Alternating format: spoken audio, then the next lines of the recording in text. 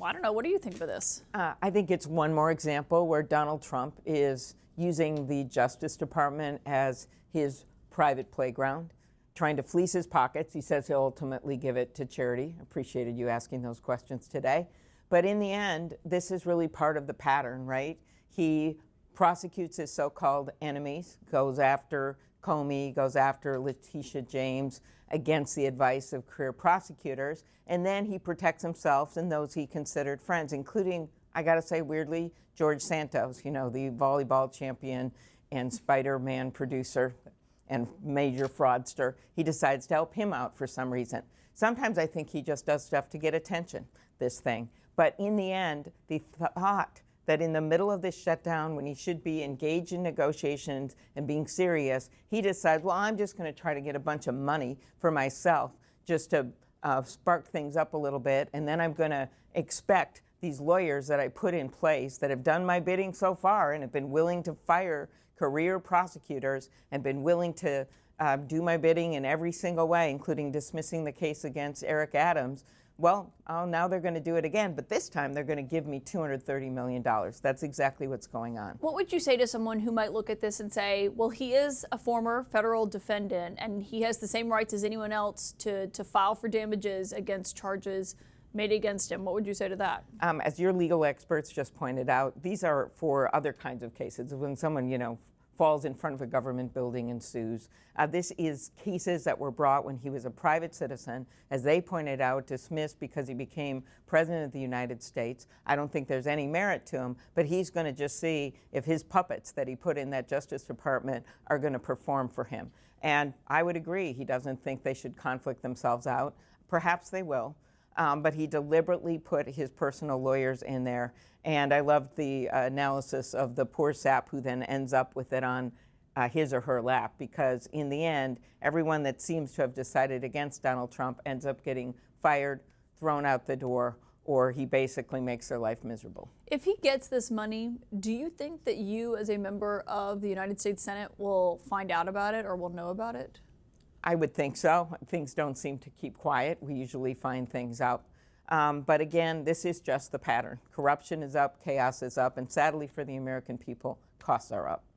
Can I ask you on the government shutdown that's been playing out? One other thing that we talked to the president about today, and we saw a bunch of Senate Republicans over at the White House today, was how this has been dragging on. Nothing has really changed on either front. And the president said today that he's not going to meet with Democrats until the government is reopened. Are there assurances that you could get on the health care subsidies to vote to reopen the government and then negotiate with Republicans?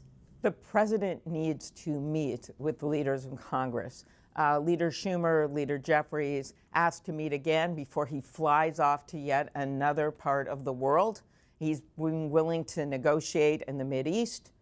He's been willing to negotiate in Asia, but he's not willing to walk down the block and meet with the leaders of Congress. So I think what has changed since the beginning of this is the American people are starting to see the bills. They're starting to see their premiums go up at the same time their grocery costs are going up, their electricity is going up, and these premiums are going to double. November 1st is the date. It's not something that's going to happen in December or January. This is when the marketplace opens for a whole bunch of small businesses, farmers. 75% of the people with Affordable Care Act plans are in states that were won by Donald Trump.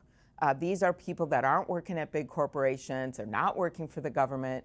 They are people that have these policies and cannot afford in rural America, as one of my soybean farmers told me, between the mess they've made of their markets, between the money going to Argentina that would, by the way, pay for their premiums, all of that happening at once. It's the perfect storm of ugly. That's what the American people are in the middle of while Donald Trump refuses to negotiate and gets on his plane and flies away. Well, he's going on a trip, a long planned trip to Asia. It's not just like a vacation. Well, so he can't meet in these next 2 days. But I asked him that today, and I said, you know, would you meet before you go to Asia? Because obviously he'll be gone for several days.